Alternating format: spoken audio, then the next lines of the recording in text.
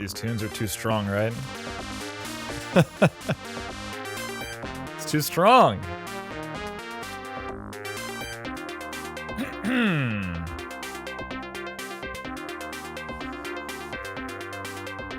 This is the ad-lib version of the soundtrack, by the way.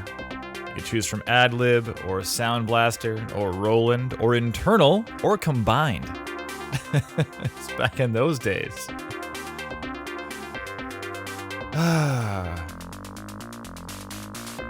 I wonder if I can find the internal version. It's pretty brutal. Okay, one sec. Pausing. Here's the internal version, I think. Is this it? Yes.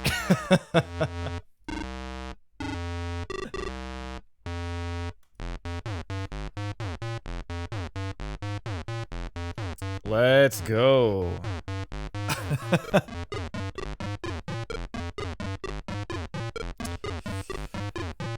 Yeah, a little crunchy, a little bit. Skipping.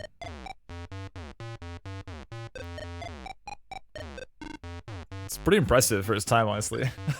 That's enough of that, though. Jeez. Brutal. This is Supaplex. Of course it is. Of course. Who didn't know that? It's too good. This game is phenomenal. Hi, everyone. How are you? I see a Sabrina in the chat. Welcome on in. Connor, Sydney. We have some first-time chatters here. A couple few. Louis Lisbon, finally able to see the stream live. Well, welcome. I'm glad you could. Alex, it's your first time here, really? I guess so, eh? Can I share your news, or do you want to share your own news? That's my question.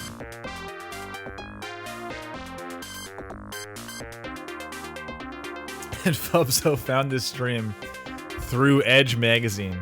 Look at this. That's crazy. This is crazy. Isn't this crazy? Tunic was already in contention for this category for its delicate blend of nostalgia and invention. Then audio director Kevin Regami spilled the secrets of Tunic with an E. The language hidden in the music and sound effects. It's the perfect companion to the game's mysteries and a way of offering clues. If you have a head full of music theory. How crazy is that? Best audio of 2022. How do you compete with 72 people on the God of War Ragnarok team? How do you compare these things? It's not possible. Crazy. We'll take it, certainly. Damn. Pretty exciting. Also, like, old news.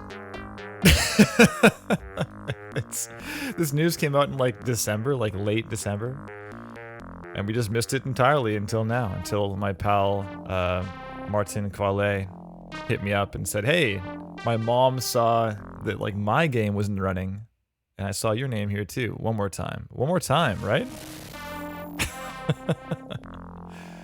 Connor, first time watching live, love the VODs. Okay, well, welcome.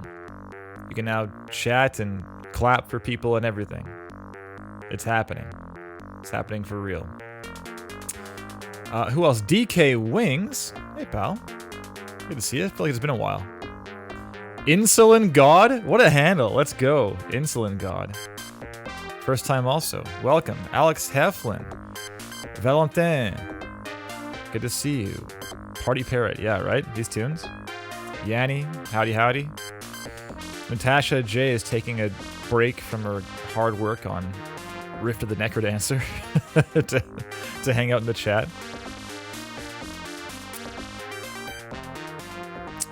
Benjamin's Prime. Okay, John Gap. Everyone chilling. Excellent. Everyone has cool names today. Yeah, it's solid names, right? Solid handles in the chat today. Well done, everyone. This is Real Talk.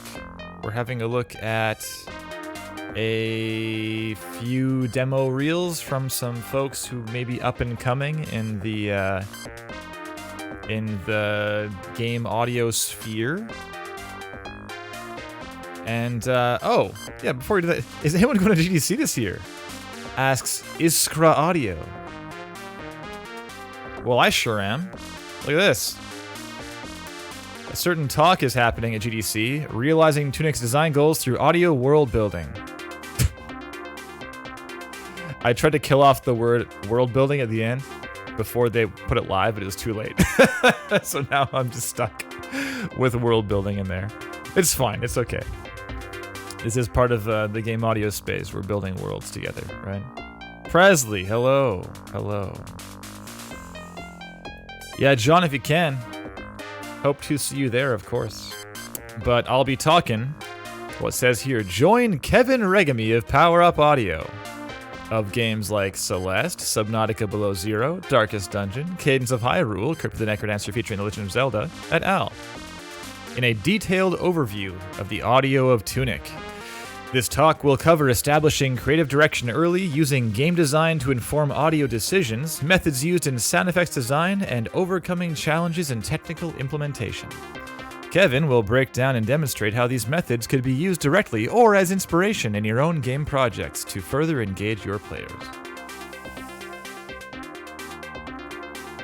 Yep, that's the goal. Just gotta make the talk. I have a lot of ideas, but I gotta put the time in. We got some time. We have some time remaining until the event. What's the current waitlist for Real Talk? I need to do some scheduling because I'm definitely behind a bit. But I think offhand there's probably another like 10-ish people I need to respond to and schedule in which case it's probably gonna be like April or something. I'm guessing. There's a lot of folks that want to jump on board. I feel like there was an influx over the holiday break. Like people were putting their time in. This is so funny, right? This is the one song in the entire game, by the way. It just plays.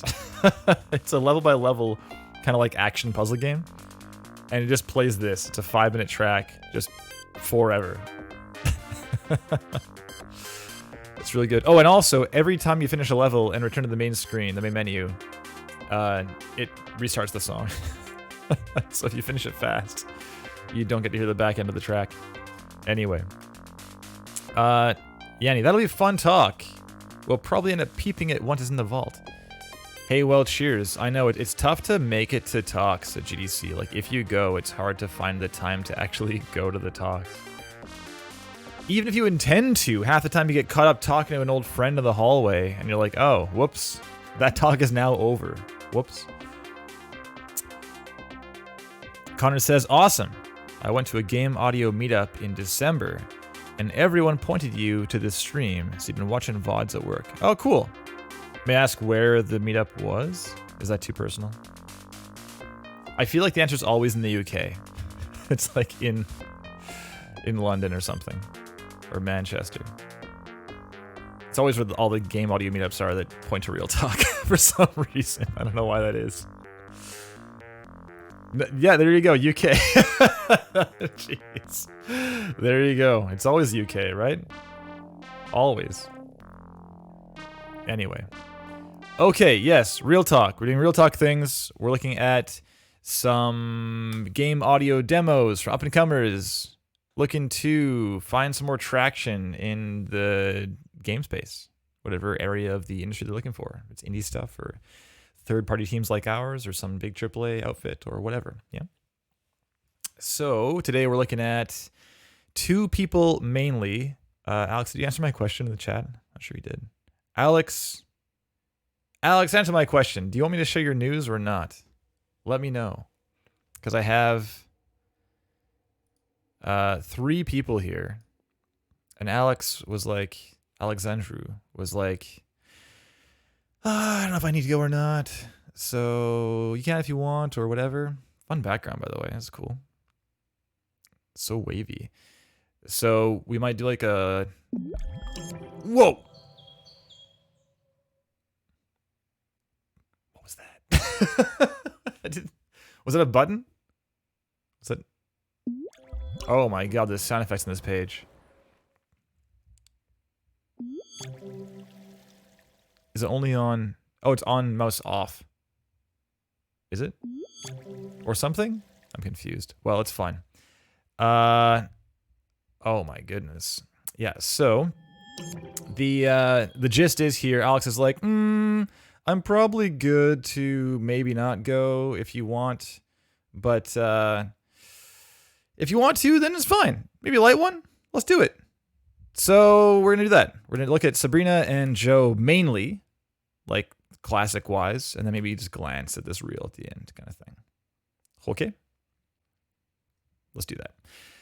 So we're looking at a few things today. We're looking at presentation, material selection, content quality, and distinction.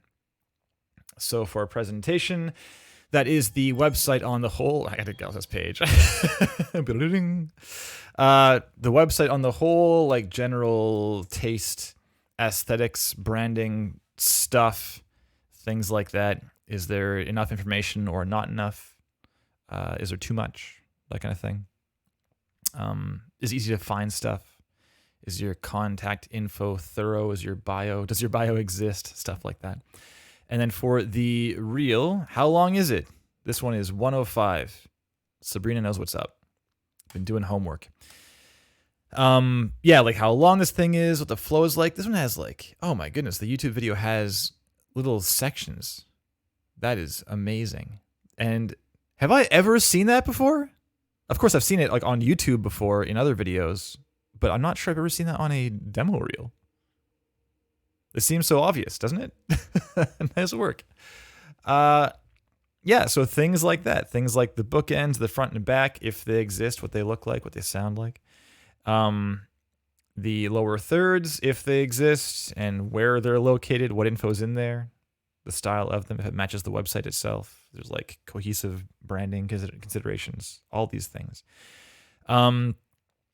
Yeah, and the next thing down, material selection, just for the materials chosen for the demo reel and for the portfolio page, if one of those exists, projects looks like on both these pages. And yeah, what those things, what those various pieces might suggest or imply, I guess is a better word, about what this person's background looks like, what their skill sets might be, what they want to be doing in the future, all these things, yeah. And then for content quality, we are listening through the demo reel, of course, and saying, does this sound sick? And if there is room to improve in any respect, I will certainly be more than happy to give you my opinions as far as what you might want to think about leveling up next. If anything, maybe it's perfect. Who knows? Maybe you have peaked. There's nothing left to improve. We'll see. Yeah, and of course the chat is full of, as always, very talented and informed professionals and up-and-comers, amateurs, etc., folks who have opinions worth listening to. So everyone here, feel free, as always, to weigh in. Thank you so much for being here, as always. As always. Finally, distinction. Are you standing out in some positive way? Because there are a lot of people looking for those gigs, and if you don't stand out in some way, it might not even be the audio, just the site looks slick or something, just some positive way, you are going to, I guarantee it, fade into the background and just be forgotten.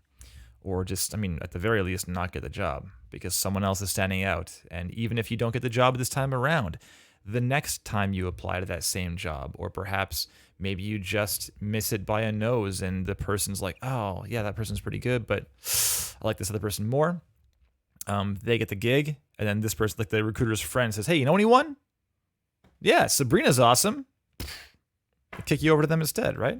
It certainly cannot hurt ever to just make a positive impression, right? It seems obvious, but yeah, it goes a long way. Okay, so shall we talk about some demo reel materials? I'm eager to. Every 2 weeks, I'm looking forward to this stream. So let's do it. Also, is Joe here? Joe Cooney? Has he not Joe in the chat yet? Or is Joe some kind of mystery handle? Is Joe Cooney secretly JGAP SFX the entire time?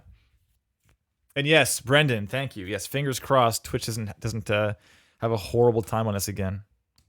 Hopefully, Faruja, is this Joe Cooney? Okay, there you go. I got here 5 minutes ago.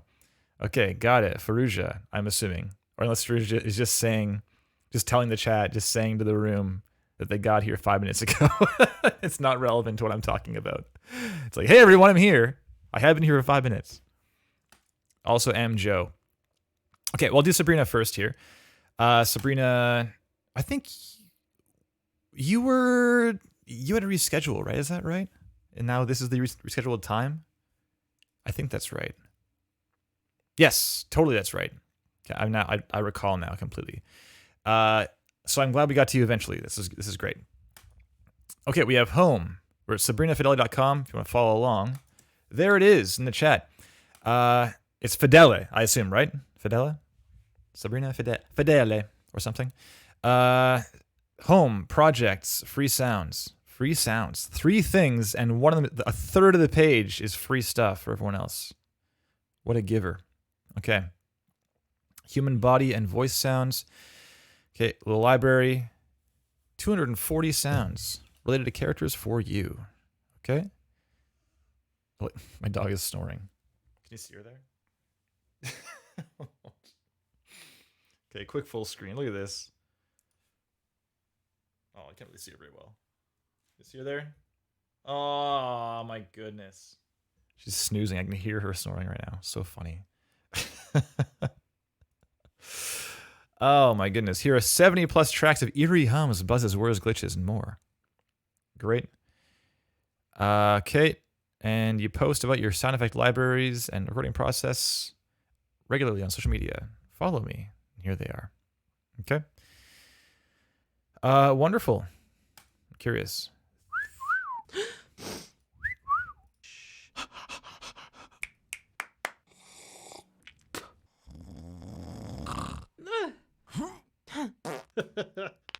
Yeah, those are sounds. Those are sounds, all right. Okay, next up, projects. So I'll say immediately, having no contact here and no bio is unusual. But we'll see. There's contact and about. About is typical. Some kind of about. But maybe that's on the front page. I just didn't acknowledge it entirely. We have some film things up top. Recent projects, films.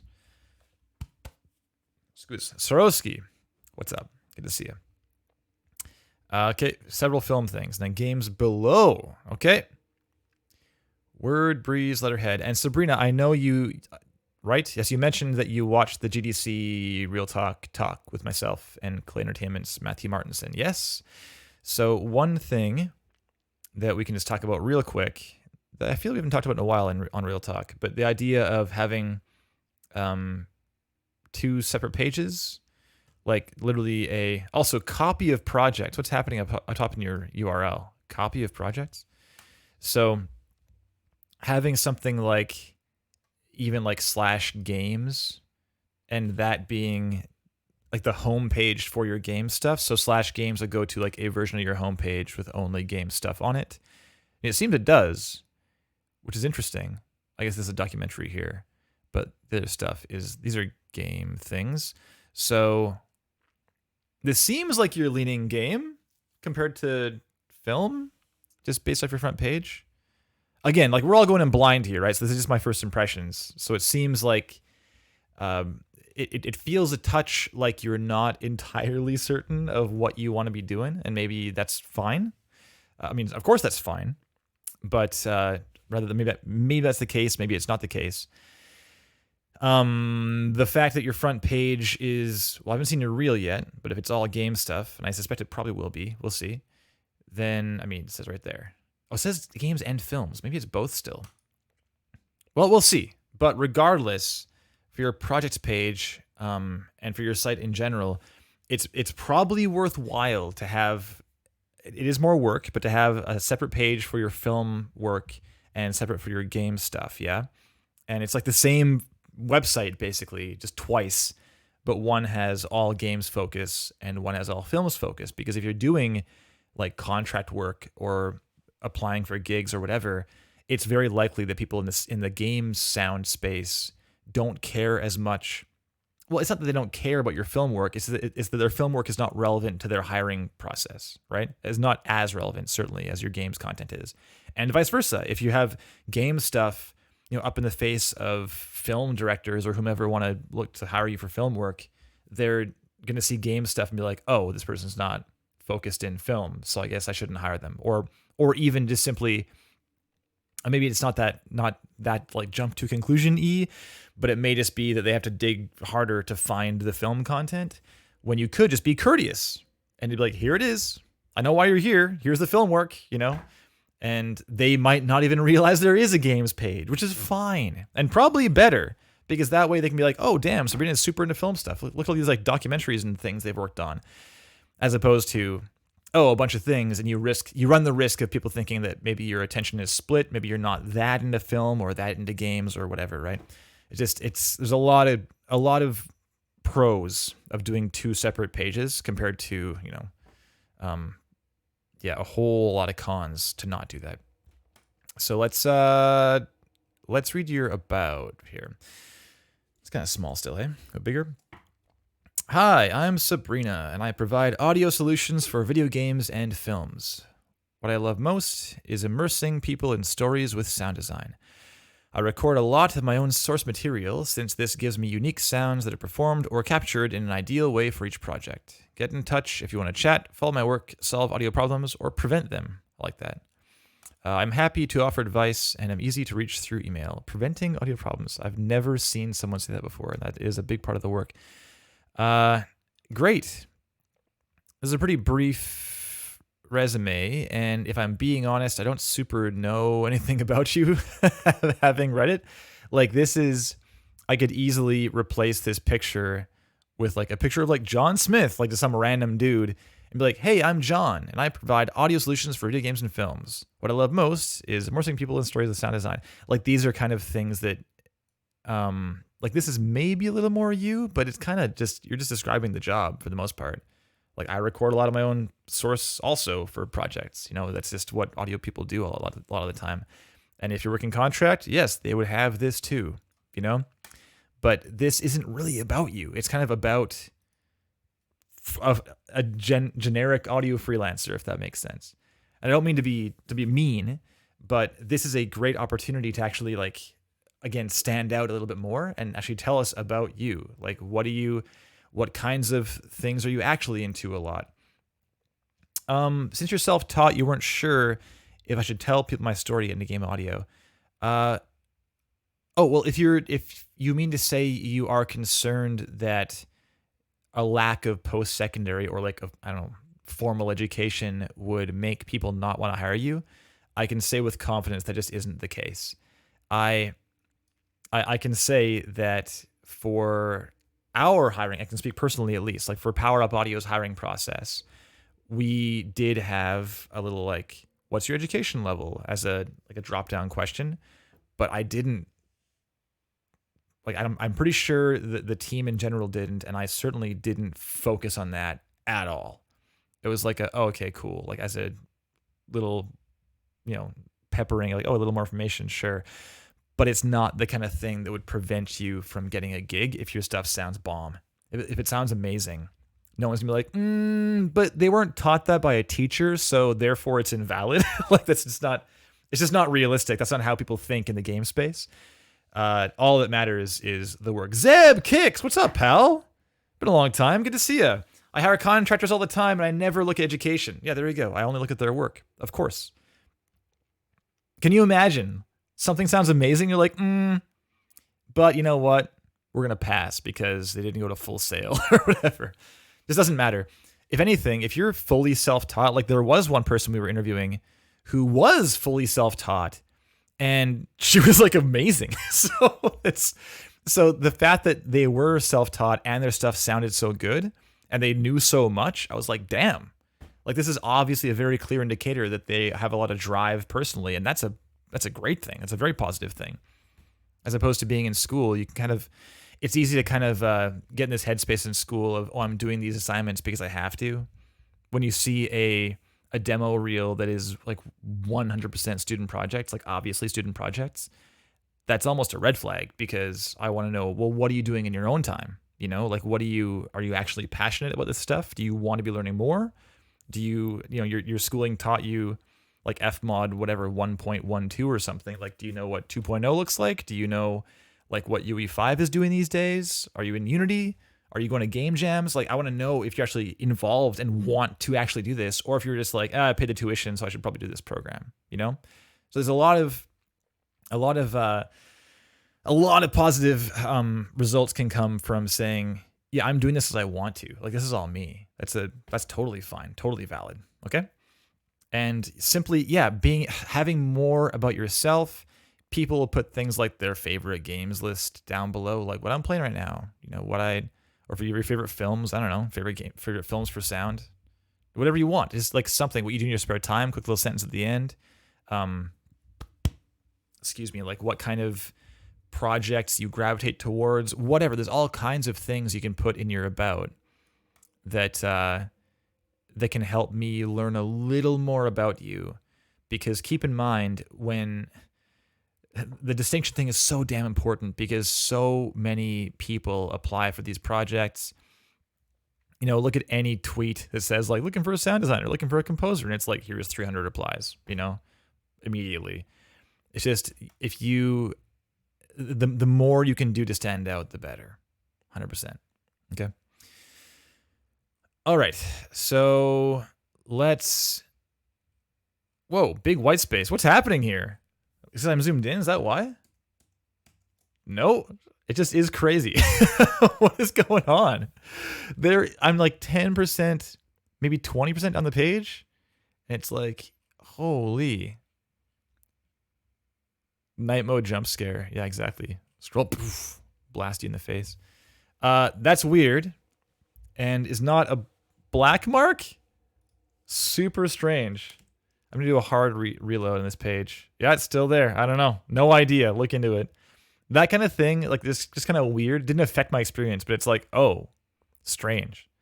And that kind of, that measures into like presentation details stuff where it's almost like a broken link or like a bad kerning or typos or whatever, like various things that measure into like the details column.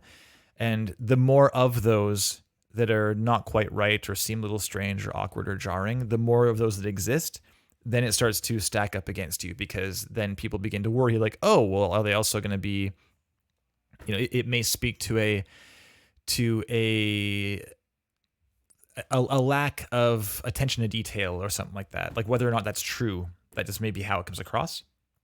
And then it's easy for someone to kind of bridge that gap and say, oh, well, that they would apply that to my work too, and my project would suffer, right? So be very, very aware. There's a bit of faint text at the bottom. Really? Is there? Oh my goodness. What is this? Unity-wise implementation demo. Video game project, technical sound designer. Eagle Eye Benjamin's Prime here. Holy.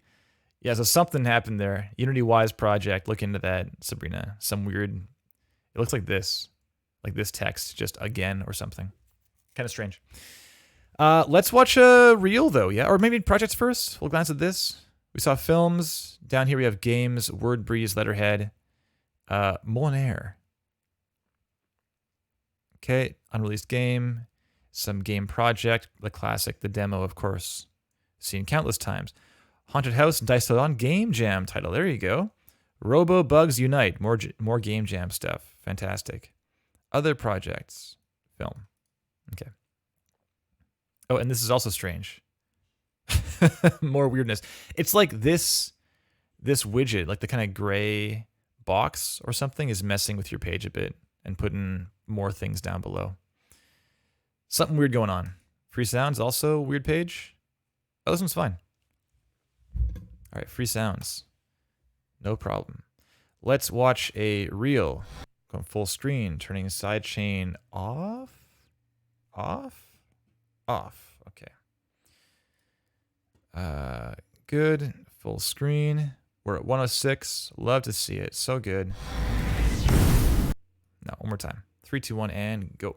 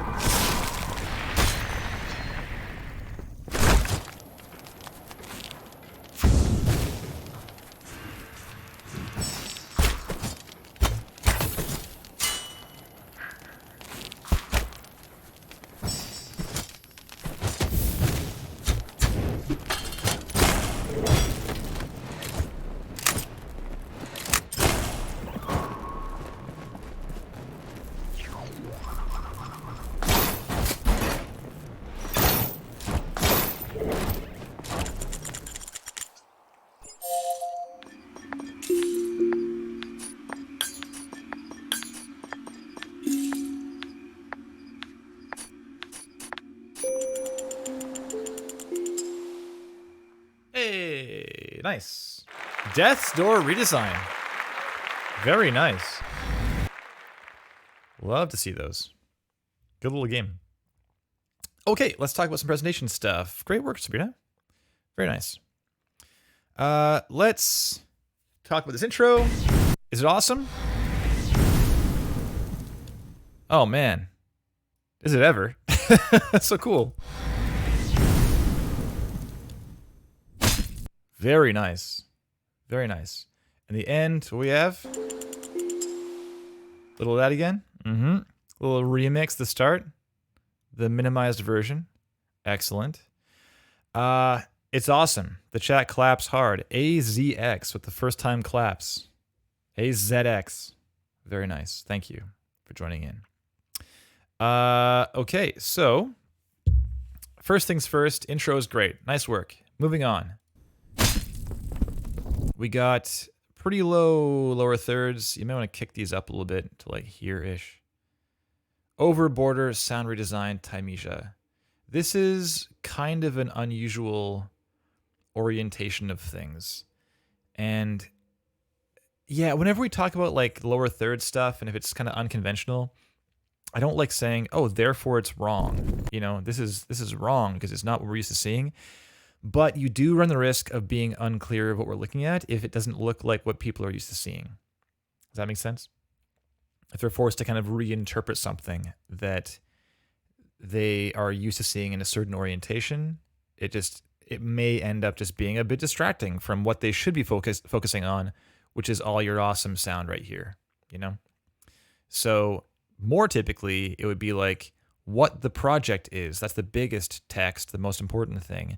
And then out of courtesy or out of clarity, next to that is who made the thing or what it is. If it's like a Unity demo or if it's a game jam project or if it's like if it says, you know, this is a well-known project by a well-known AAA developer, like put project and developer side by each. And then below that, say what you did. So sound redesign below that makes a little more sense. Even if you just, I mean, like right now, I don't know this project at all. So I don't know if this is Timesia or Overborder, you know, because I don't like, who knows? Maybe I don't play games like this, or who knows if the person watching this like knows every game that you're into. It just for clarity and courtesy, it just can't hurt to be very clear about this. Yeah, and Benjamin says, I agree about lower thirds being unusual, although I will say I like the styling on them. Me too. This looks like it looks sharp, you know? Looks very nice. Animation, style, orientation, like not orientation, but like the kind of relativity of the features and stuff is all great. Love it. Just the positioning is kind of unusual. So moving on, do we fade out? We do not fade out. We're not doing the Zvi Sherman method.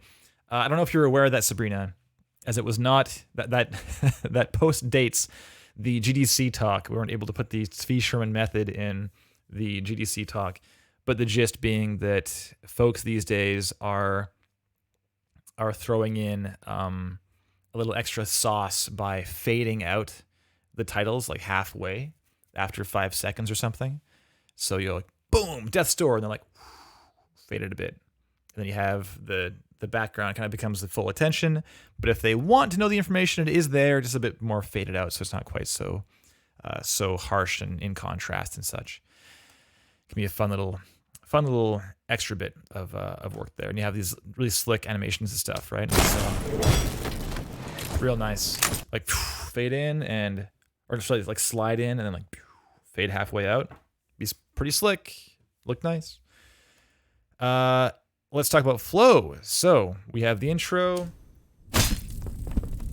We're just fading in, easy. This transition is what?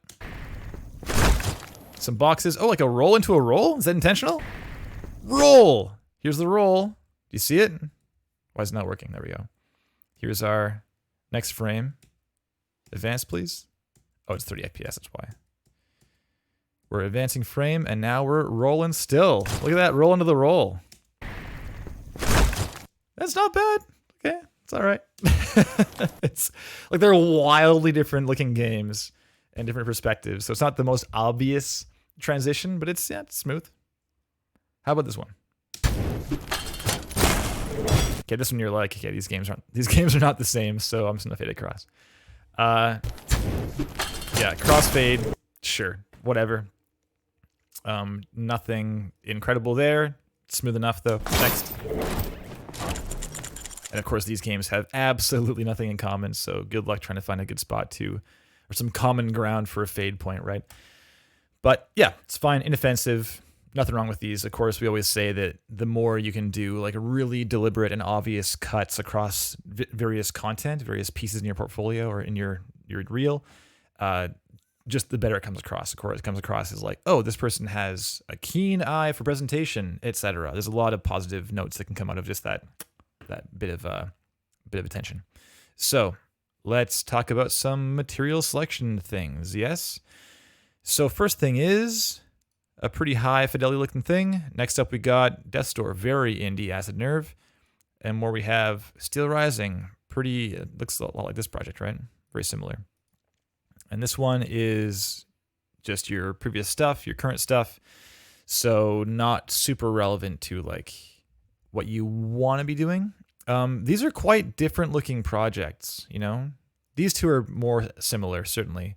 But the one in the middle is kind of a curveball, so I'm not fully certain what it is you want to be doing. I'm curious about our projects. The games stuff we have unreleased. Oh, I can't see what it is. We just know it exists by Client Molinaire. We have the Unity Wise demo, Classic, and some Game Jam things, which don't do much to tell us what you want to be doing. So this... Oh, and also your redesign work is not in here. And I can't say see more things. Interesting. So for your redesigns, I'm asking you now, Sabrina, if you want to answer. For your redesign work in here, did you, as far as the length of the piece is concerned, did you redesign like this specific 15 seconds and nothing more? Because if that's true, that's fine. We'll see occasionally like, here is my, like the hot 12 seconds of this, you know, this like Blizzard thing.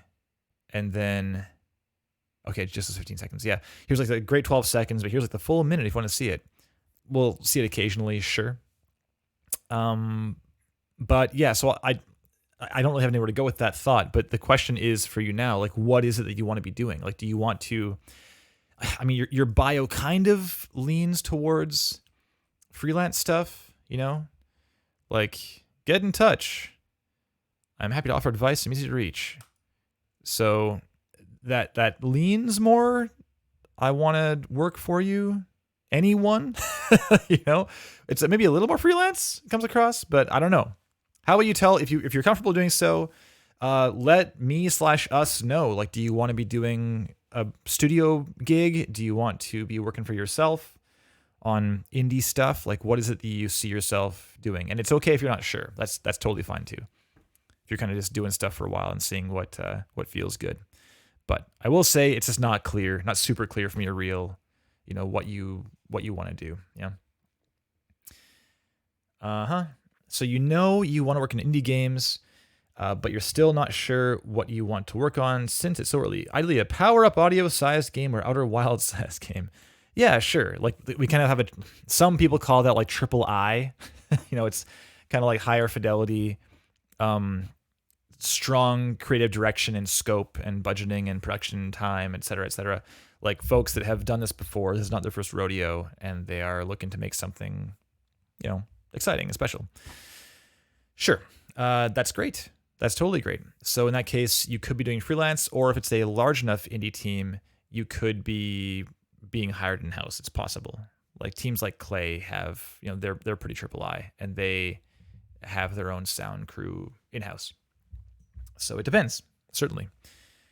But good to know. I would recommend having some more like, if you have, I mean, someone else said in the chat, Riley Circles, is it Alex? Is that right? Says if you have more old redesigns, you should still put them up. Probably, yeah. It couldn't hurt. I mean, it again, if they resemble things you want to be doing, that's kind of the half purpose of redesigns, is they indicate this is the kind of thing I would love to do sound for, because you are choosing to.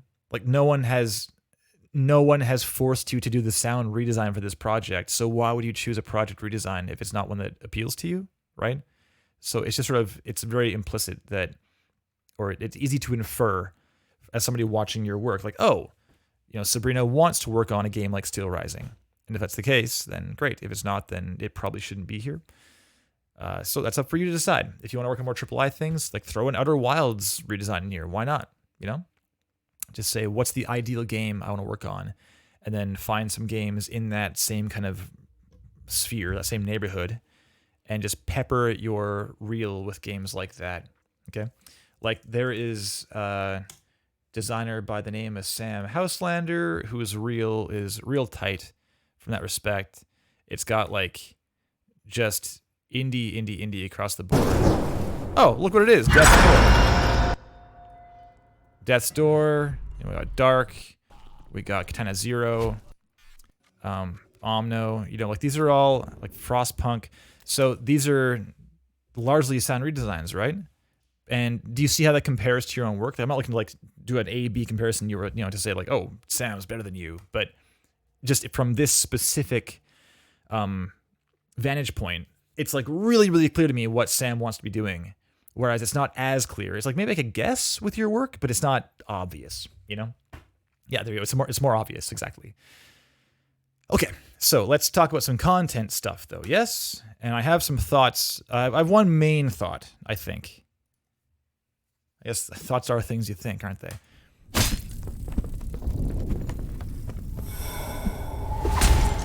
So there's some great choices in here. I love that you have this like stereo layer that's kind of sitting on top of the stuff that's based in space. I do that all the time. I love it, especially for things that are kind of like quote unquote magical or something, or you want to have them larger than life, or you can imply there's more at play in the world here than just the physicality of what's taking place.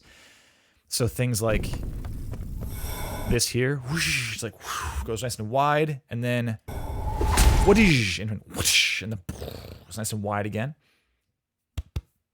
Excuse me. I think it's like really cool that you're mixing and matching those things.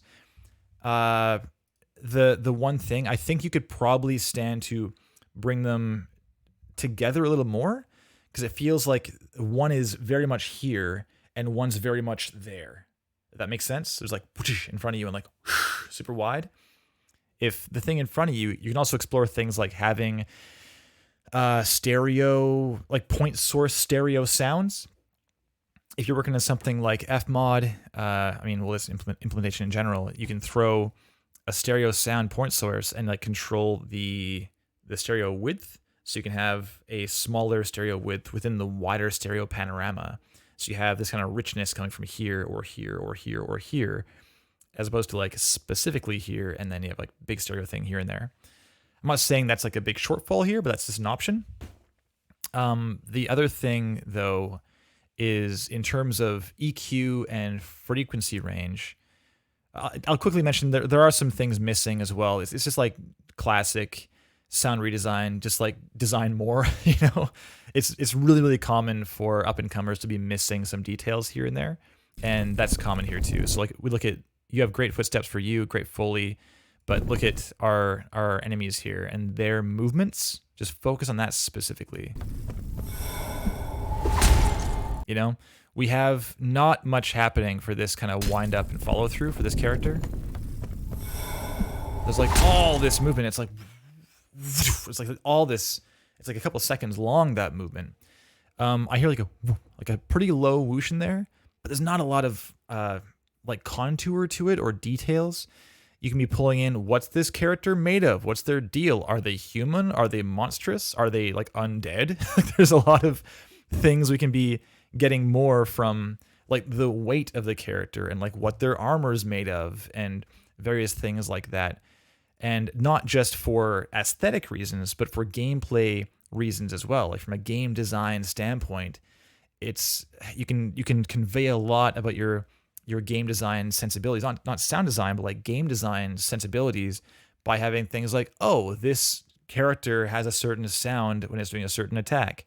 And that's kind of like a telegraph call out for players. Oh, better dodge, better put your shield up or whatever, right? Whereas in this case, we hear basically nothing from this. There's like at the very end, that's kind of it. So there's a lot of room to be pulling in some additional, filling out for this character, definitely. But I was going to say, I'll jump to Death's Door for this note, though, because it's pretty apparent. I think that you could stand to be, I'm certain you could stand to be putting a little more consideration into what frequency range and frequency focus you are selecting for each sound, and not just in isolation. So, small bird dodge rolls, what kind of weight does that have? Do we have a lot of bass in that? Do we have more kind of like highs? What makes sense for the size of the character, for like kind of the character of the personality? And is it like a nimble kind of rogue, or is he like a big, beefy, clumsy oaf? Like, what is this character like? And what kind of frequency content would help convey that, help build that into the world? So that's one thing to think of it in isolation, but it's not just that. It's that if we do choose to have, he's a big clumsy oaf, therefore it should be, big and beefy and have a lot of lows and low mids and even sub frequencies, who knows? If we choose to do that, the thing is, we're still dealing with a full spectrum of the entire project. So if you have all the big beefy things in the game and all the light things in the game, and we have this full spectrum of kind of where we're picking and choosing our frequency content and frequency focus for each of these sound events in the whole project.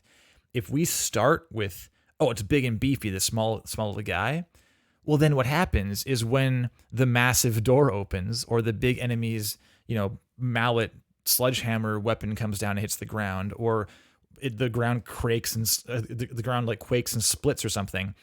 When there are larger events that should be obviously beefy, we have kind of this. There's an absence of a disparity, or there can emerge an absence of disparity between things we've been hearing a lot and the things that should be big and impactful when they do happen. So for something like this, there's a lot of bass all over the place that probably doesn't need to be there. And the thing is, it's not just that it is distracting when it is there, it's also weakening to things that should have that kind of frequency content. So I'm gonna play this through and just shut up.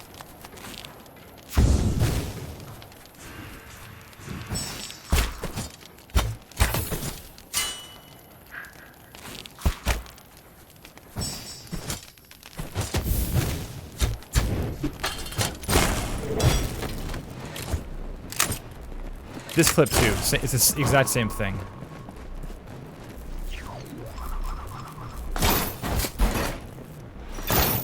Yeah, so for things like this impact, I would expect there to be more of a broadband focus, because it's this big, like, poof, and the character's huge, and it's like stumbling backwards and stuff, so it's clearly a strong hit. But we have more bass in like the getting up, the reload and stuff. It's like in there. Is it reload? What's even happening? Whatever that action is, it's like there as well. The kind of the wind up and down. You hear that? There's a lot of lows all over the place, and in some places I'm like, yeah, it makes sense, and others I'm like, that probably doesn't need to be that much there. And it's not that you should just like EQ it and like just kill off everything below, below 200 hertz or something like that. That might not be the answer. It may be, we'll throw a shelf and just drop those lows by like 3 dB, 6, 12 dB, something like that. Because yeah, having a bit there is going to lead to it sounding more natural and more kind of just more appropriate and correct.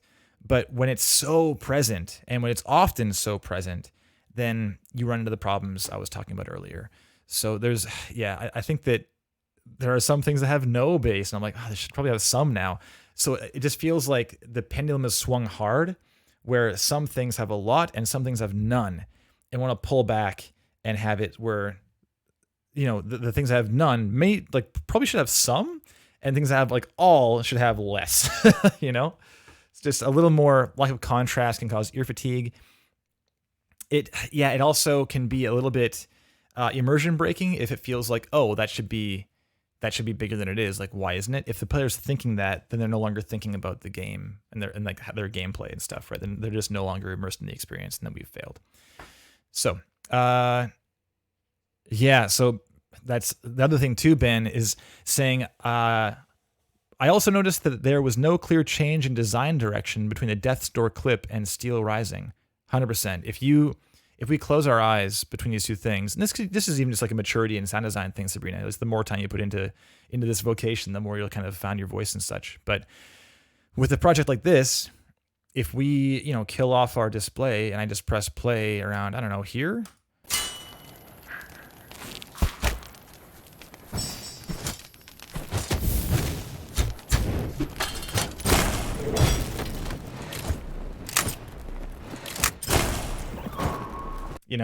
The whooshing and such especially is kind of the same.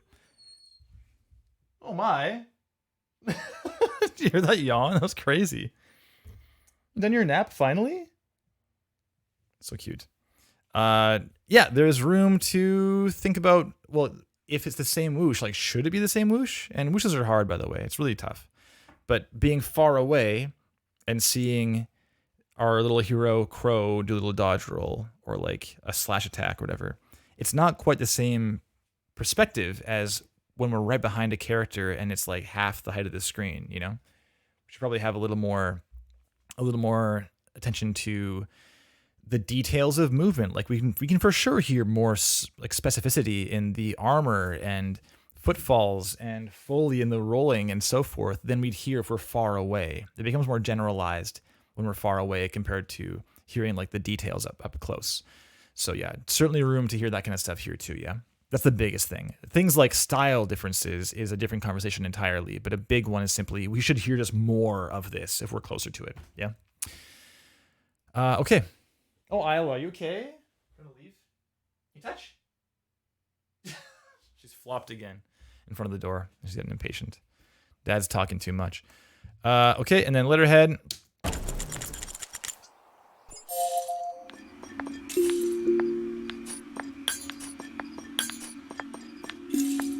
So the only thing I would mention here, I know it's still in development and such, if you want feedback on the sound design of this project so far, this is a very casual game.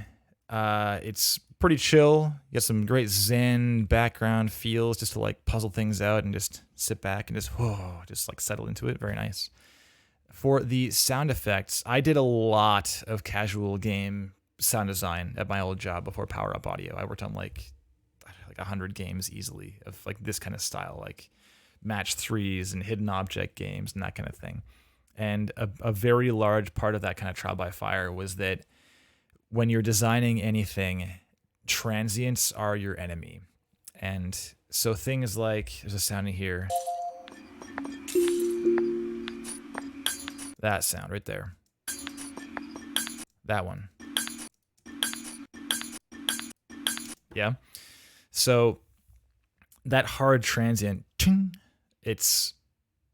it is kind of, I would say it's outside the box of creative direction that most casual games kind of like reside within. They kind of hang out in this space. Like you're just relaxed. You're hanging out on the couch doing a thing. You're in the bathroom. You're on the bus. Like wherever you are, just doing this thing, wasting time. Those hard sounds can be a little bit opposed to the goals of the rest of the project to be relaxing, just be like kind of a chill time. So it's often, I'll often describe it as designing with like a D in mind as opposed to a T or a G compared to a K, like G versus K. So rather than like a K, we have like a D, D. And that can be as simple as take your transient and throw a fade. Just throw a fade on stuff. Just make it a little softer, and it can go a long way. Throw like a little bit like something low mid, like a doo. Experiment with like just sine wave stuff. Throw a sine like boom, super low sine wave, just quick up and down, boom, underneath these sounds. It can go a long way to kind of bringing it into you know, a soft mallet like a marimba, that kind of transient, that's excellent. And it can only benefit the project in the end every time, literally every time.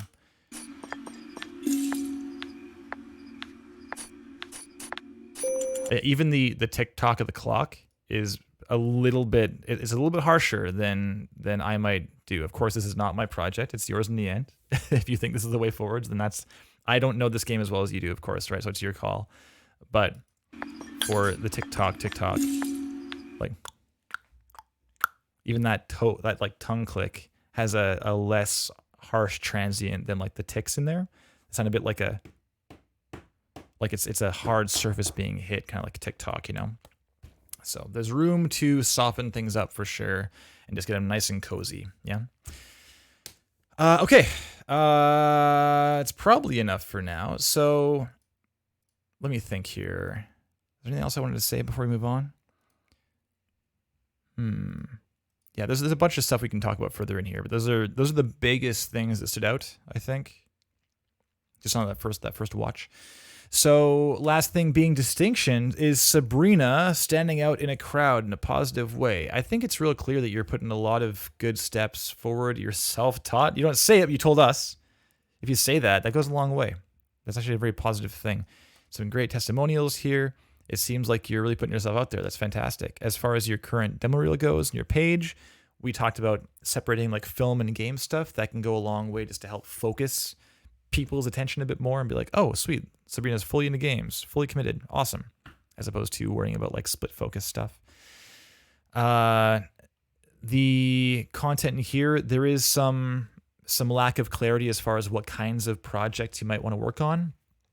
And that's really relevant if you're doing contract work or third-party work or even applying for gigs, because if you apply for some studio job and the things in your reel don't really resemble the kind of work or the majority don't resemble the things they work on, they might be like, oh, well, this person over here does have a reel that for which the majority resembles stuff we work on. So it's not even about your stuff not being good or not being like a high quality. It's that the content in the reel isn't coherent with that studio's work. And more importantly, someone else's is. So they're just going to be a less risky hire. They're going to hire them instead, guaranteed. So be aware of that. It's a very large consideration, or it should be at least.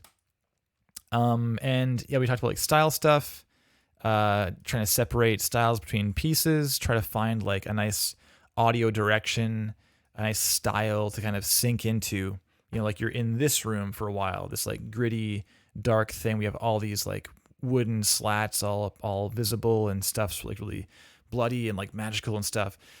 And we move into this like soft and bouncy, rounded edges, colorful everything mood. We should probably hear a pretty significant difference between this and then back to this again, you know?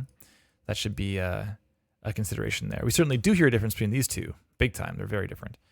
But yeah, you can certainly push it farther. Why not? So I don't think you're quite standing out as much as you could be. And I think a lot of it just is in your presentation, you know? Which is often the case. Also, fix this thing. That's probably worthwhile. Okay, thanks so much, Sabrina. Cheers. Nice work.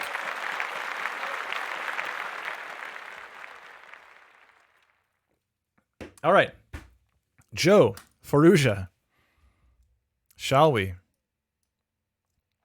Thank you for the claps in the chat, everyone. Appreciate that. So damn supportive. Is that a Craig B. Stegman in the chat right now? First time chatter, Radicoon? You kidding me? Hey, Rad. Radicoon's so cool. So damn cool. Look at this thing. Seen this video? This is just in my history. I can get this up very easily, Radicoon. I found this in like 2 seconds. This is a 3-hour video. It's like a love letter music video made with crazy tools that we did not provide to the community. They made themselves to have different camera angles of the world and stuff. It is nuts. It is so damn good. Yeah, no demo reel to critique, but like here is, you know, this instead, so whatever. This is so, look at this, it's so cool. Just like a 4K, throw it on while you're relaxing at home, doing some yoga or something, right? Anyways, thanks, Radicoon. Again, that video is so cool. One of the cooler things that any player has made ever. Okay, back to Joe though. Junior sound designer. Are you working, Joe? Let's see this. I'm a UK-based sound designer. Yeah, bulkhead. I skipped ahead here. My eyes did, at least. I'm a UK-based sound designer specializing in game audio. The practice of creating new textures out of audio sources is a journey of constant fascination for me, and in my work, I strive to make gameplay more enveloping, impactful, and emotive. That's a long sentence. From redesigns to audio implementation and asset creation, I am adaptable, but more importantly, willing to learn. Got it. Outside of sound design and video games, I am a drummer, and also make a wide variety of noise, from harsh and glitchy to ambient and experimental, with my collection of guitars, synths, effects, and electronics. Another long sentence. It's one sentence there. Currently, I am working for Bulkhead in Derby as a junior sound designer in their team working on Transformers Reactivate in collaboration with parent company Splash Damage, which is my first role in the games industry. How fun. Congrats. Well done. GG's. For detailed information on my experience, skills, etc., click this link, okay? Great. Some of my favorite things. We got games, Forza, Assassin's Creed Odyssey, Elden Ring, Celeste, and N++? That's a crazy one to be on a list. You like N++? Do you play like N version 1.4 back in the day? Like the Flash version of N? It was like free to download and stuff. I died several 100,000 times in that game. I think for some time, my two most played games were like N version 1.4 and World of Warcraft. It's like the two. The pie chart was like 50% of both those things, you know? I think I was third in the world for some time with that game. It was big into N. And N plus, not plus plus, but N plus plus is a Canadian game. And N plus was made, well, the porting was done by a team called Slick Entertainment, whom we worked with to make Viking Squad. A lot of crossover. Plenty. Yeah, N is a fantastic project. Fantastic. Okay. Various plugins, various hardware. Got it. Moving on. Over to projects now. Variety Gamer there. Yeah, exactly, right? Two very different games. Abandoned Hospital. What are these dots? See, these dots mean something else on another page, though, don't they? Or do they? Am I crazy? Weren't there dots? See, these dots say to me, it's like, it's this page, and now that page, and now that page. It's like a rolling, or like a rotator kind of thing. But maybe just me. Maybe. Okay, Firewatch sound redesign. Cool. Great. Celeste sound redesign. Is it linear, or is it in Fmod? Tell me, please. Big Chungus. Oh my god. Solid name.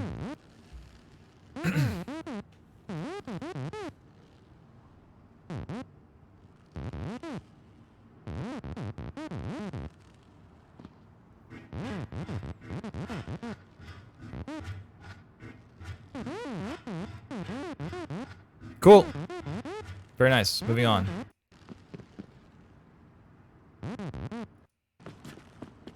Yeah. Whoa. Whoa.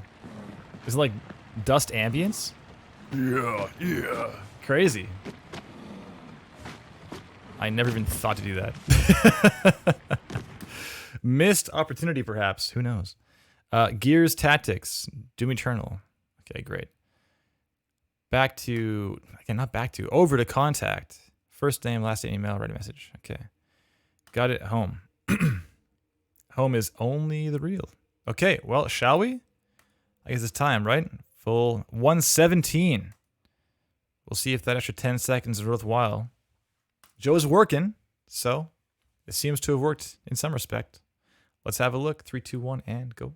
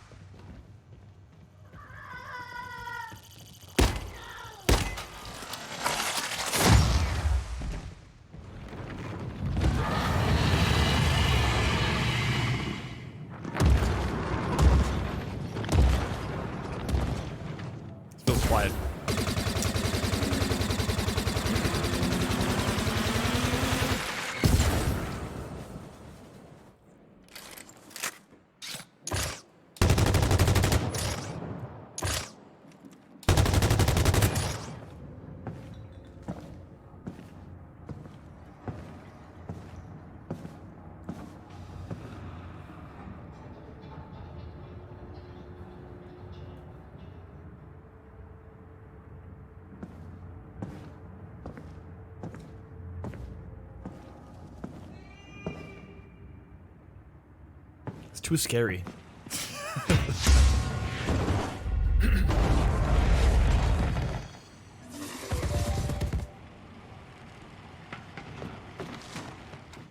Cool. Nice. There was some weirdness here and there though. What's happening with like this is weird right here. Isn't it?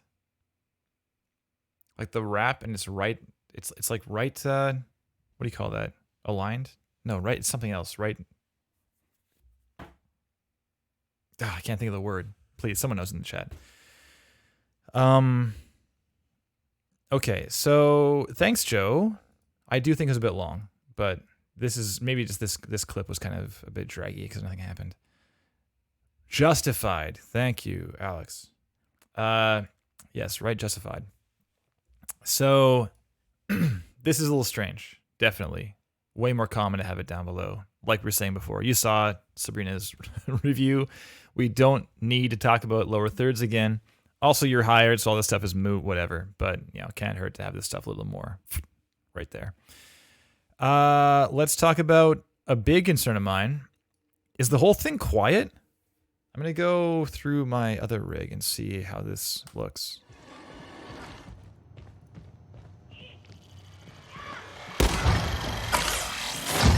It's peaking at -5.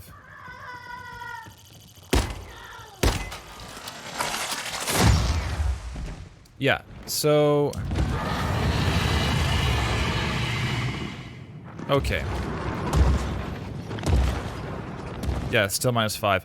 So it seems...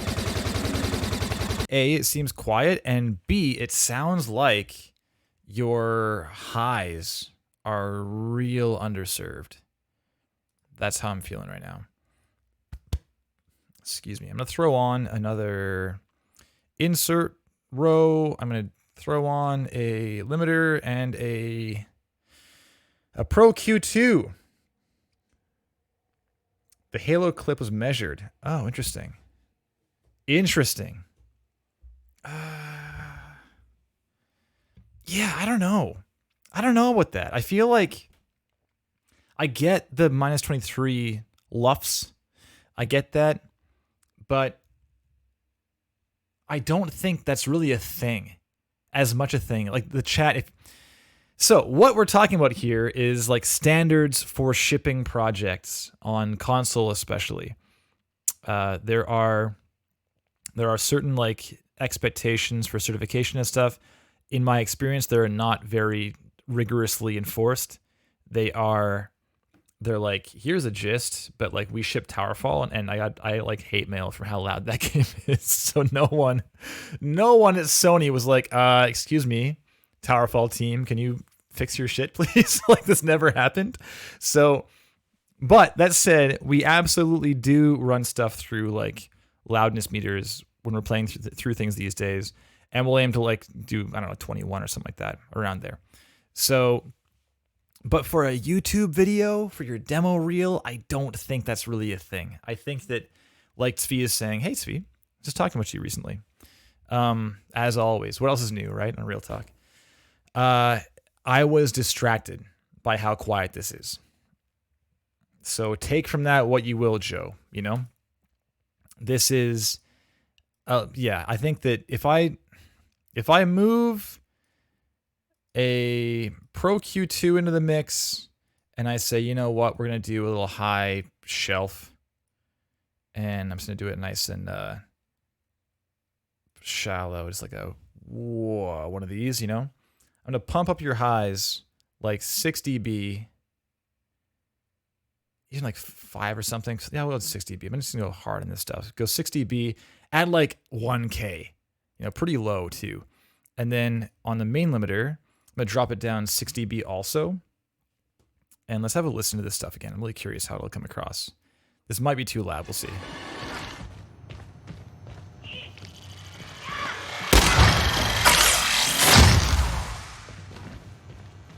My suspicion is some sounds will be like, okay, that's too much now, but others will be like, okay, now that's good.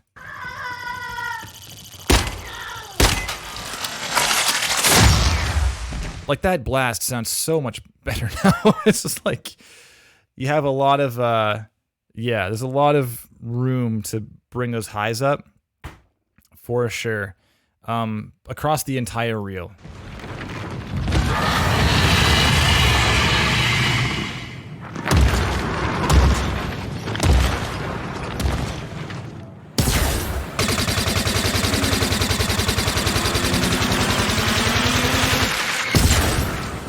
Sick.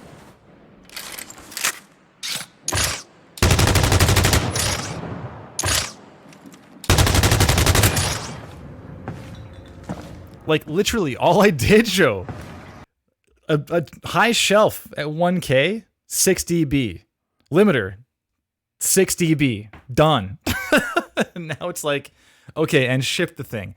I'm so much happier with this reel now with those two things implemented. And that's it. So just be aware.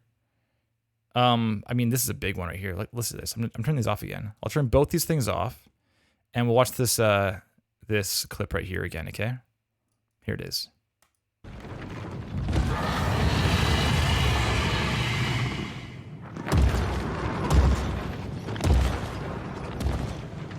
Okay, and A being back on again.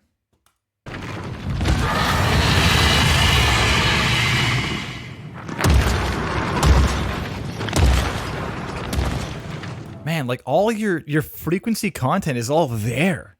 It's just quiet. That's all. So I'm curious if like your system maybe has some monitors that are pushing those highs a little more than they would be otherwise. But yeah, I don't know. It's interesting. Do you have thoughts on this, Faruja? Like, am I out to lunch? This feels like. Yeah, that feels. I have no complaints now. This is great. You know, the biggest thing here is I think that, I mean, this goes for everyone out there, myself included. There is nothing to lose by referencing your content on other systems. Throw on some earbuds. Watch it on your home theater system. Listen to it in your car. Go to your friend's place. Listen to it there. Whatever, right? Play your builds on other machines, like a laptop or something like that, with some awful speakers, and just see. There may be certain things like, oh damn, that only sub bass thing I designed is now completely inaudible. You know, that can come across, or things like this where you're like, oh shit, this is all those highs I thought were there might not be there after all. I got to be careful about that. So, like, this is strong design, Joe. Really strong. I think the only thing in this whole video that I think might be too loud now with that tweak of the 6 dB on the shelf and the limiter is the gunshot. Like this gunshot specifically is maybe like a bit hot now.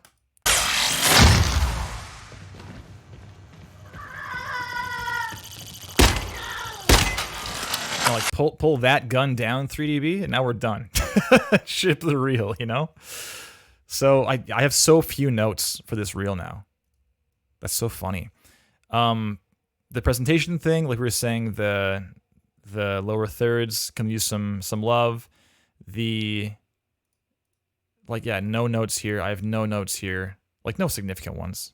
And then the hospital is cool. You're doing stuff on your own. That's awesome. And then Celeste is a bit of a curveball after everything else. Like the fact that it's not the F-mod redesign, I kind of question why this is here, because you've got all this really high fidelity stuff everywhere else, and then suddenly pixel a platformer, you know? It's kind of out of left field. I mean, I'm flattered. I love seeing our stuff being redesigned. It's the best. Love it. Appreciate that. But yeah, as far as being in your demo reel, I don't super get it. Is all. You know, if it's the Fmod thing, it's like, oh, they're learning Fmod, understood, but you're not. It's like it's a linear sound design or sound redesign. So little weird, and weird enough that I feel you could put the hospital like in the middle of your reel instead, and then throw one of these more action-packed clips at the end, like end with the roar. That'd be cool, right? End with the roar, boom, fade to black, Joe. That'd be strong. No one would miss this being here. As much as I personally, you know, selfishly love seeing it here, I don't think it's super relevant to the rest of your work.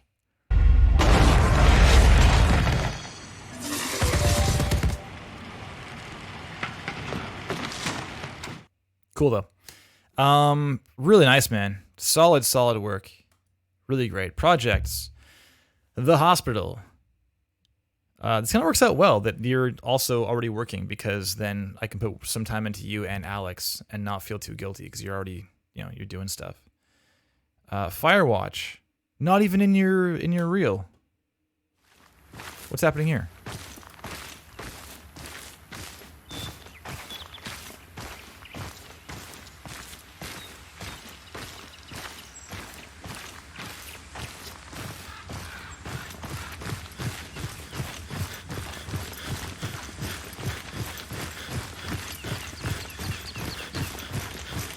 Oh! Nice hop.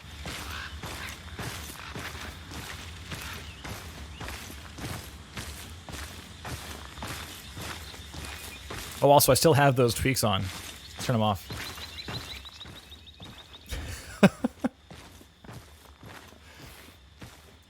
So in this case, I feel like the quieter ambience, everything kind of works for this project, but I still want more highs. So highs back on.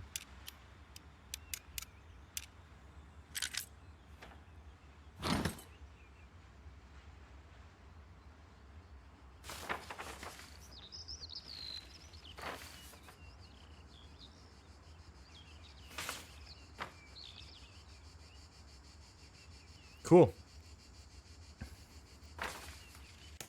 Nice work. Okay. Big resort sound design. We saw that before. And this too we saw already. What's that? Okay. For those of us too lazy to use the scroll wheel. Okay. Well, I'm keen to like call it there, Joe. Like, you're good, man. You're hired for a reason. Well done. Super good. Just be aware of your system and your space.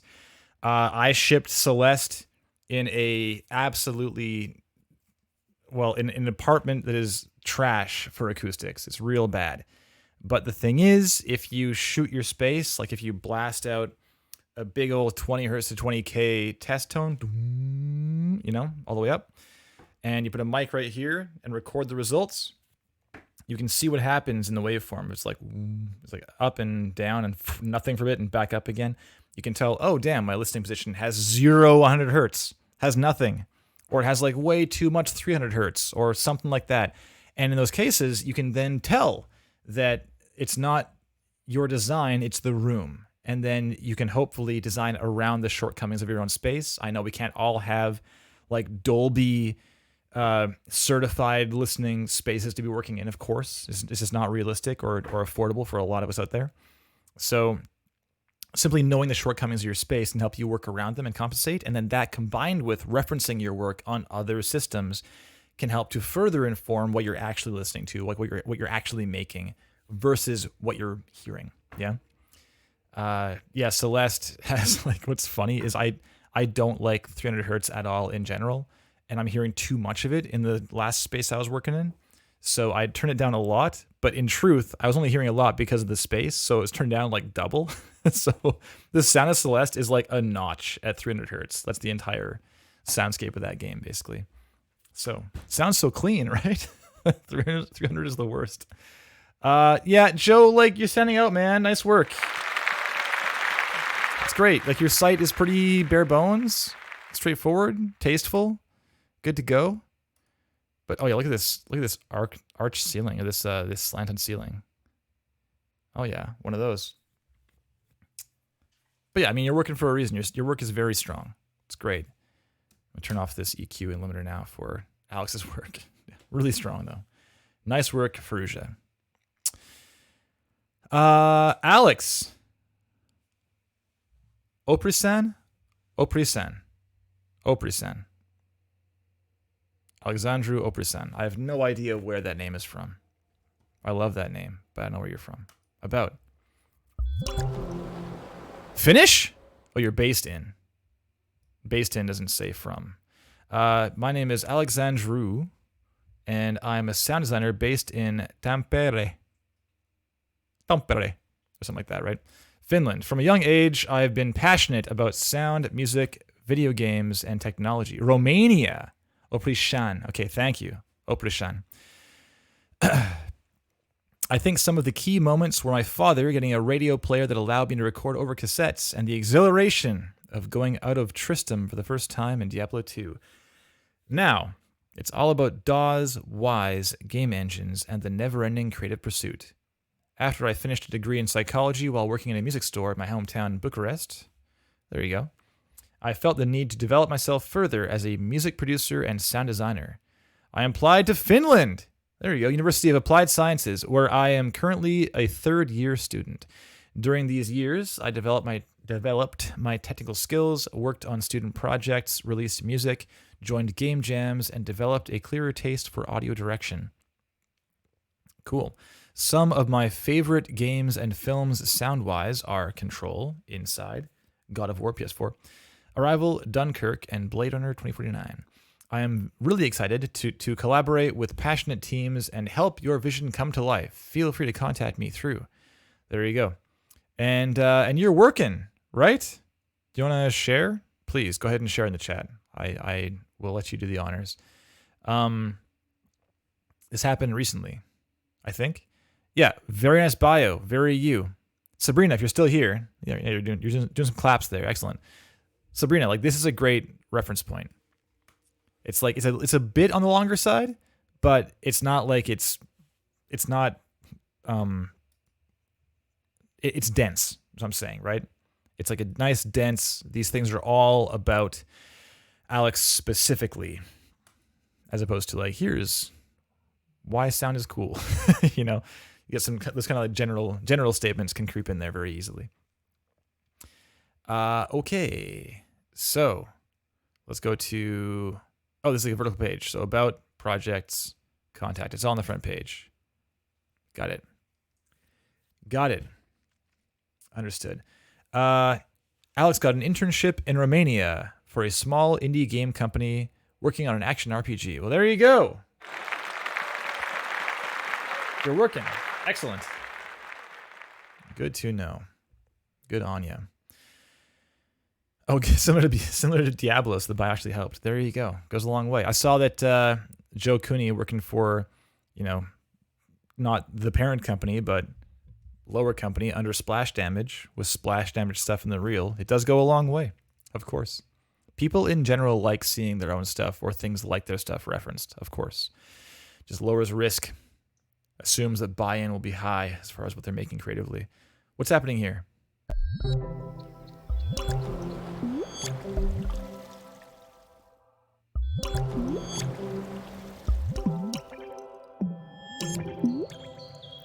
Yeah, I don't know. I have mixed feelings about audio and websites. We had someone else ages ago who had like their scroll bar made like water trickling sounds. Who the hell was that? Oh, I can't recall. If someone knows in chat, I'll be very impressed. I feel like if I had multiple choice, I could choose the right answer, but I don't know. I can't think of it. Can't pull it out. Play real. Let's go. 107. Beautiful. And double checking. Limiter's off. EQ is off. Okay. Excellent. Let's go. 3, 2, 1, and go. Whoa. Nice.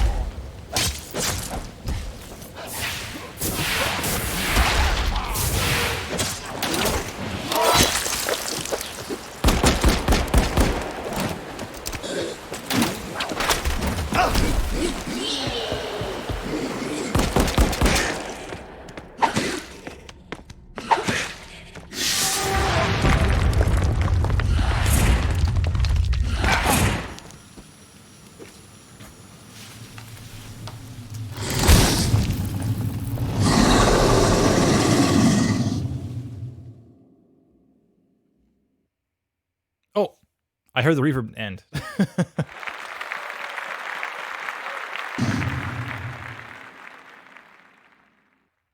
Yeah, there's no fade there at the very end.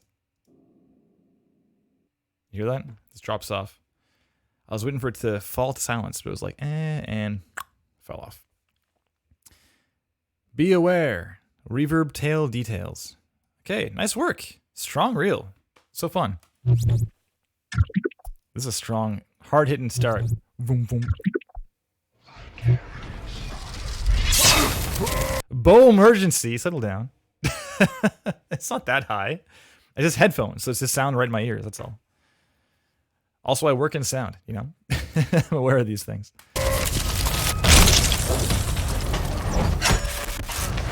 Fun glitch. I sat up for that moment. That was cool.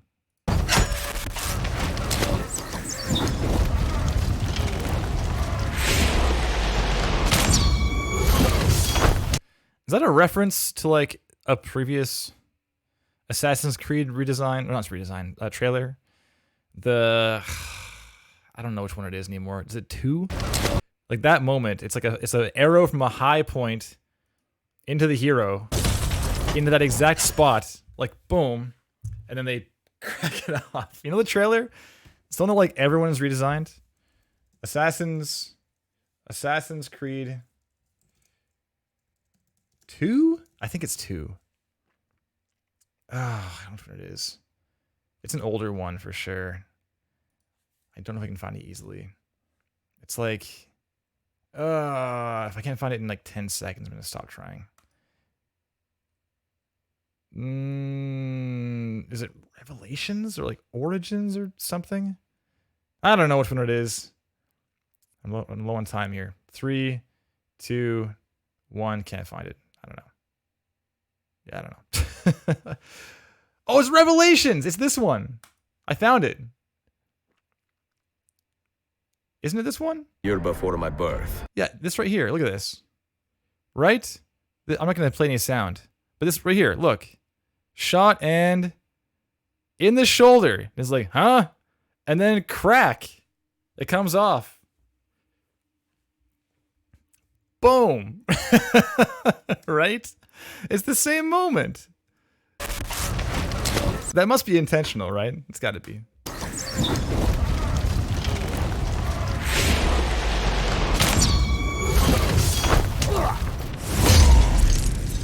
Okay, back to real talk, though. That was not at all relevant to your work, Alex. I apologize. Okay. So, intro is sick. Lower thirds are quite low. Probably too low again. Do we tzvi it? Do we? We don't. We drop off entirely. Boom. Gone. Nope, not a fan. I far prefer that it stays up. You know, you fade to like that. Like fade to this amount, and then keep it faded at that amount through the remainder of the video. That's the Zvi Sherman method. A method by which I swear. At all times. I will swear by that method forever. It's so good.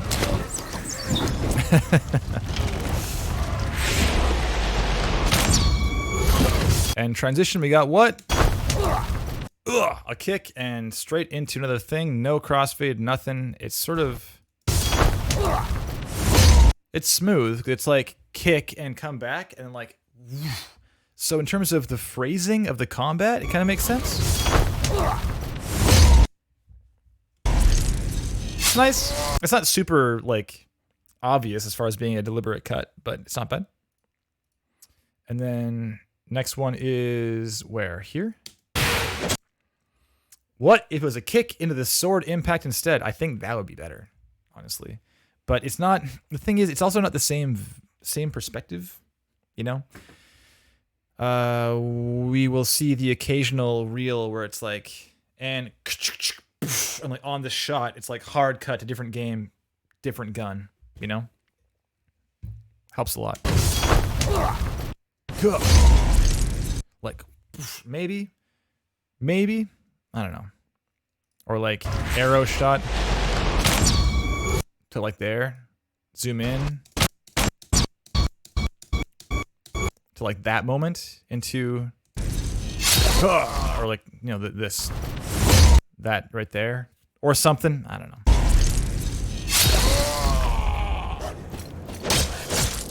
I think there is room to tighten up that transition a bit more, but again, nitpicking, not a huge problem, just some details here and there, yeah?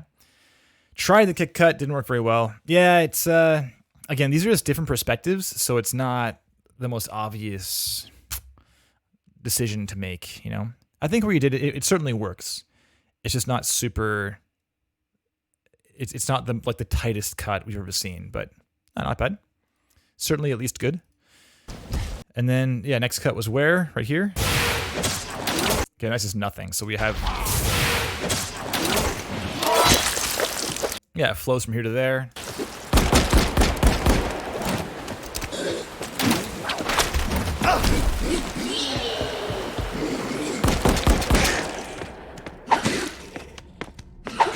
So this one, we'll get there in a second. Next up.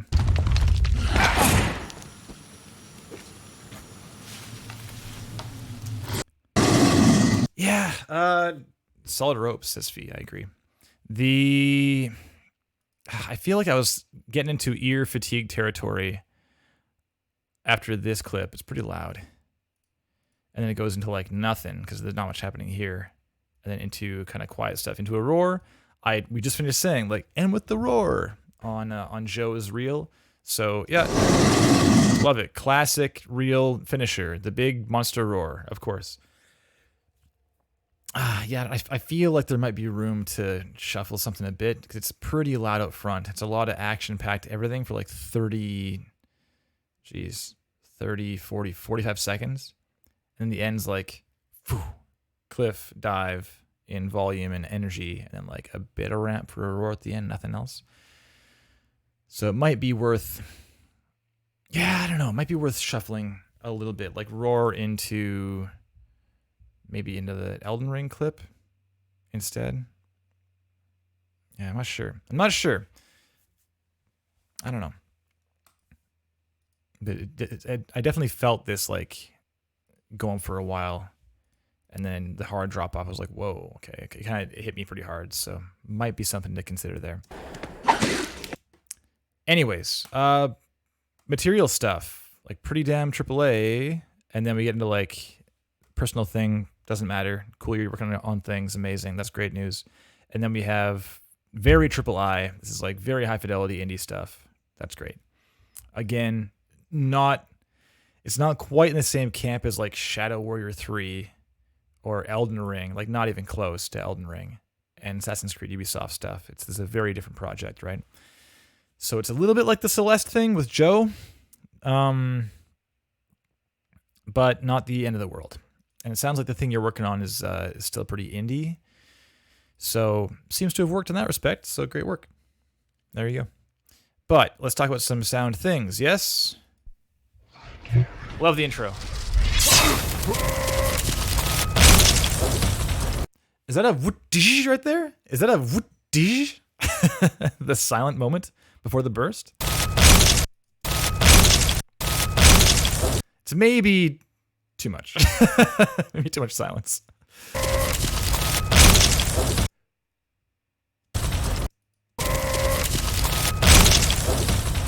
Yeah, it's a lot of burst and not as much like debris. This shot here is like all about the fallout from the burst, you know? We don't hear much of that. We're still kind of hearing what happened in the last cut right here, if that makes sense. Wonderful little like shh. But here,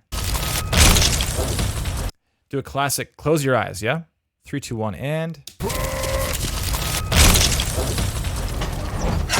like that goes on a long time. We don't really hear anything else. We don't hear like the kind of like the big, some big chunky blocks hitting the ground here. Look at this. Some big chunks. These are big. We could for sure be hearing that stuff. Yeah.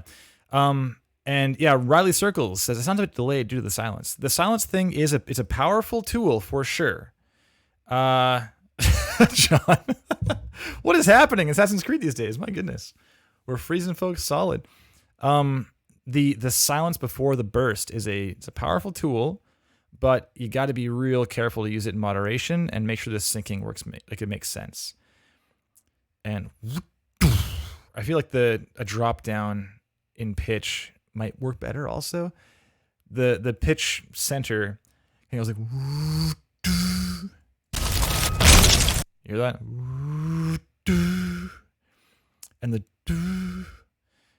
doesn't feel super strong to me. I feel like it could drop like in the high highs, like crashing highs, and a lot of bursting down below. You hearing that, Alex?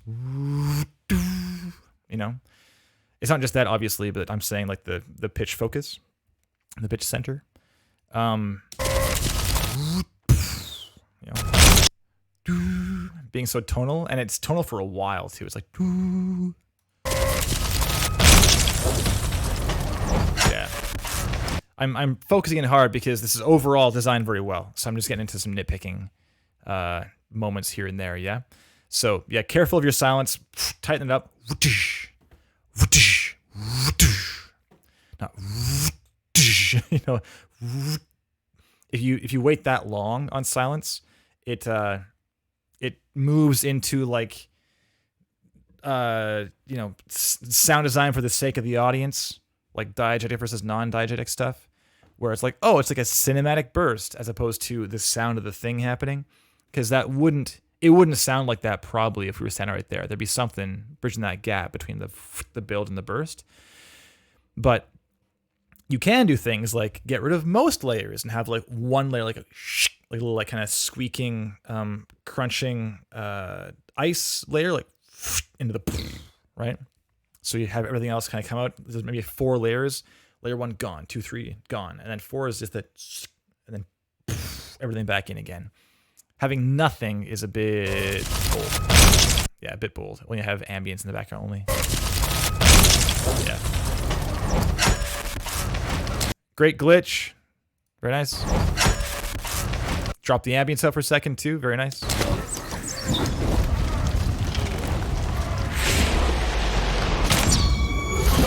It sounds like you're riding the ambience fader too a little bit, which is really nice to hear.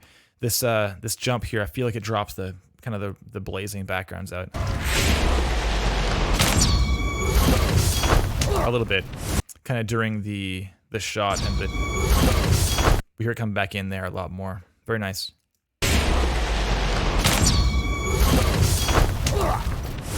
Yeah, cool. Nice ambience. Cool clip. Yeah, the burst was my biggest gripe. If that wasn't obvious. Probably obvious.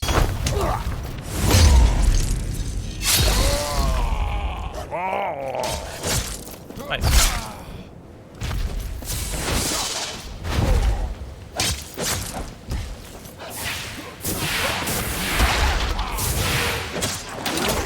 Pretty cool.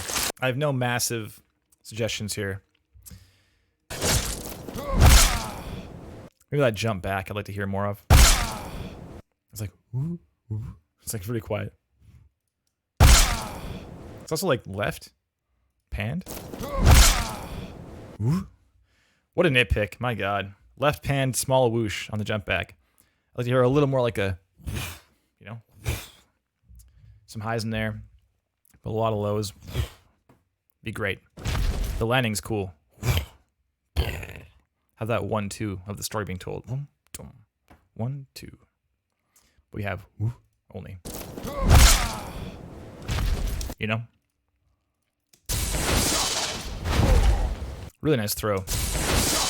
Great. That sounds very From right there. That attack. Lovely. Yeah, I love that. Could probably have more pre-life on some... Well, not pre-life. Yeah, it's not quite pre-life, but it's like before the attack damage moment happens. Like right there. It's maybe too understated for how important that moment is in terms of combat. Or is that the dog actually versus the weapon? I'm not sure what I'm hearing. No, it sounds like we don't hear the dog at all.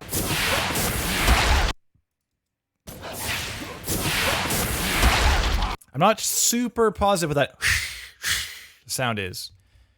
But this, like the big magic sword appearing, could use some love, like on appearance. Again, back to that thing we were saying with Sabrina, like game sensibility stuff, to help telegraph the attack, not just in visuals, but in sound also. With that sound, it's a bit of a appearance and boom, swipe. So if the player hears that moment, perhaps they have a fighting chance of, oh damn, they'll dodge out of the way or something, right? Yeah, in general, I think the unblockable attack. In general, the sword is way less present than the other half of the attacks, right? That sounds good, but the is pretty small. It's having that kind of high stuff in there can help, but again, back to what we're saying with Sabrina, you probably can't, or I mean, it probably isn't best to like lose all the lows entirely. It might just be you make a call like, no, we want like the right hand, like the right side attacks to be like real beefy, and the left to be like some beef, but not quite so crazy. It's more like it's more like zoof, zoof, as opposed to like, you know, zzz. So whereas all we have is, and you don't have a lot of like A, movement, or B, like danger and weight involved there. Like having something there could help a lot more to differentiate like up and down. Yeah.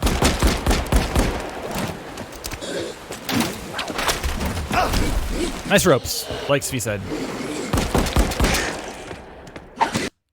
This sword swing is worth calling out. Same thing. It's like pitch center stuff. You know, we have the of the ice. This pitch center is like, right?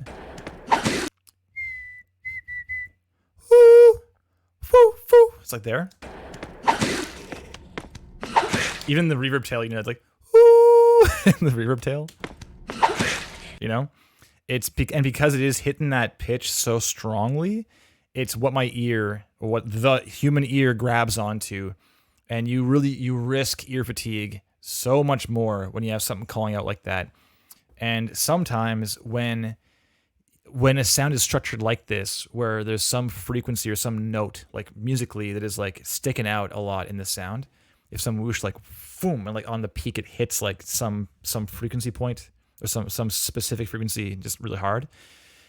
In that case, sometimes like pitch randomization is also a bad choice, because then you have like foo foo foo foo foo foo foo foo. You have this kind of like up and down of the notes being like very obviously being pitched. So in this case, if this were me and I designed that sound, I might go into RX or go into just an EQ and just find that frequency and just pull it down and like reprint that whoosh to be not quite so, it's leaning real hard into that like, whoo, right now. So.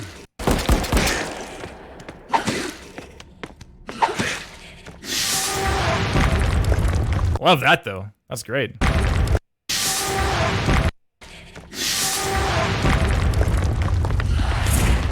Oh. Great attacks. Our hero just swings her. Needs some love, but otherwise super cool. Love the enemy. Amazing.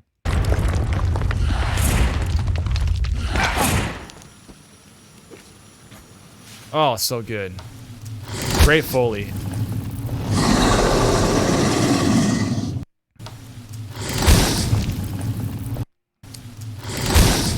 This could probably use some more after effects of what happened here. We have the landing and the cracking and splintering and stuff, but nothing after that. We see debris as well. It's the same thing as the ice breaking debris, right? So you have this like big, it's the moment happens, but what's like the effects of that? What's the reaction, you know?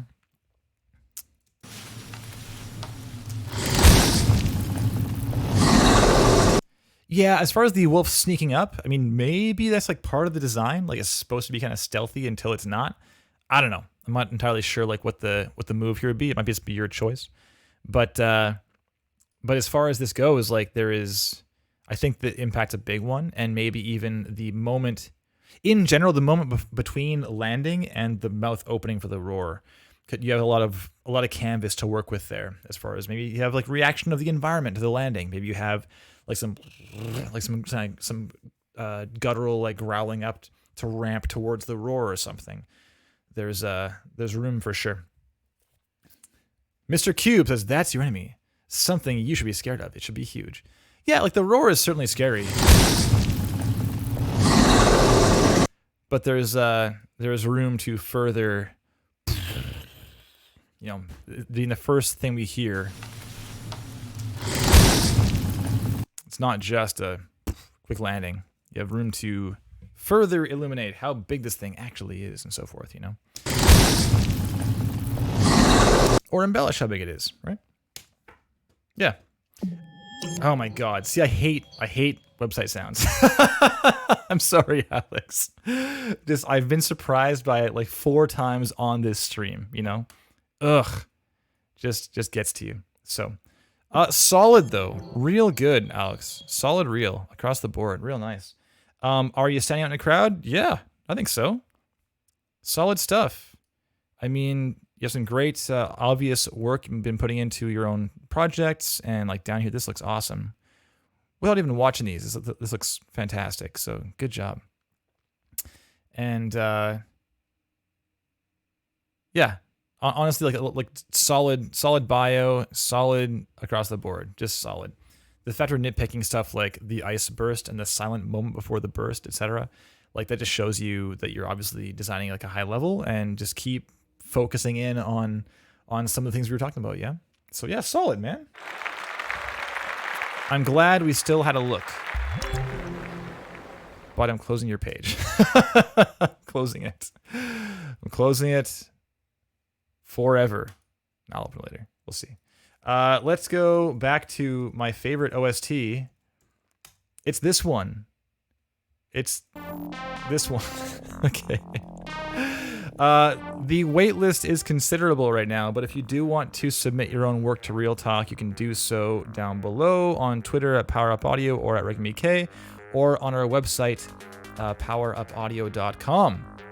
And we'll look to schedule you in soon. I'll try and do that backlog of scheduling like pretty soon, if not this week, the next week, just so we can actually get caught up a bit. A lot of folks are waiting to see when the hell they're gonna go. So, and otherwise, if you're thinking about going to GDC, there are some wonderful talks happening. I'm hoping mine might be one of them once it is prepared entirely. But I don't think it's even scheduled yet as far as like when it is. Doesn't seem to be. So I don't know. It's at some point during the week. And also worth mentioning is in past years at GDC, pre-COVID of course, we would do something every, like on the Monday each year. And it was like an audio mentorship roundtable. So it's just myself and usually Jeff. I'm not sure if Jeff's going, my co-founder Jeff Tangsock at PowerUp. I don't know if Jeff is, well, he's probably not going to GDC this year. So it'll be like me at least, and maybe some other folks from PowerUp, we'll see. And it's just a very open book. Come and ask anything, everything about anything and everything. So if you want to learn more about demo reel stuff, or terms to put in contracts, or what to get paid, like what to charge, or working in teams versus freelance, or like how to find clients, how to spend your time at GDC, whatever you want to ask, whether we have the answer to your question or not is of course yet to be determined. But yeah, it's meant to be a very, very open book. Like it's a safe space to talk about anything at all, because working in audio is hard, and if we can help at all, of course we're gonna do what we can, right? So it's very much like we just roll into one of the common area tables in the Moscone Center and just talk about whatever for like an hour or something.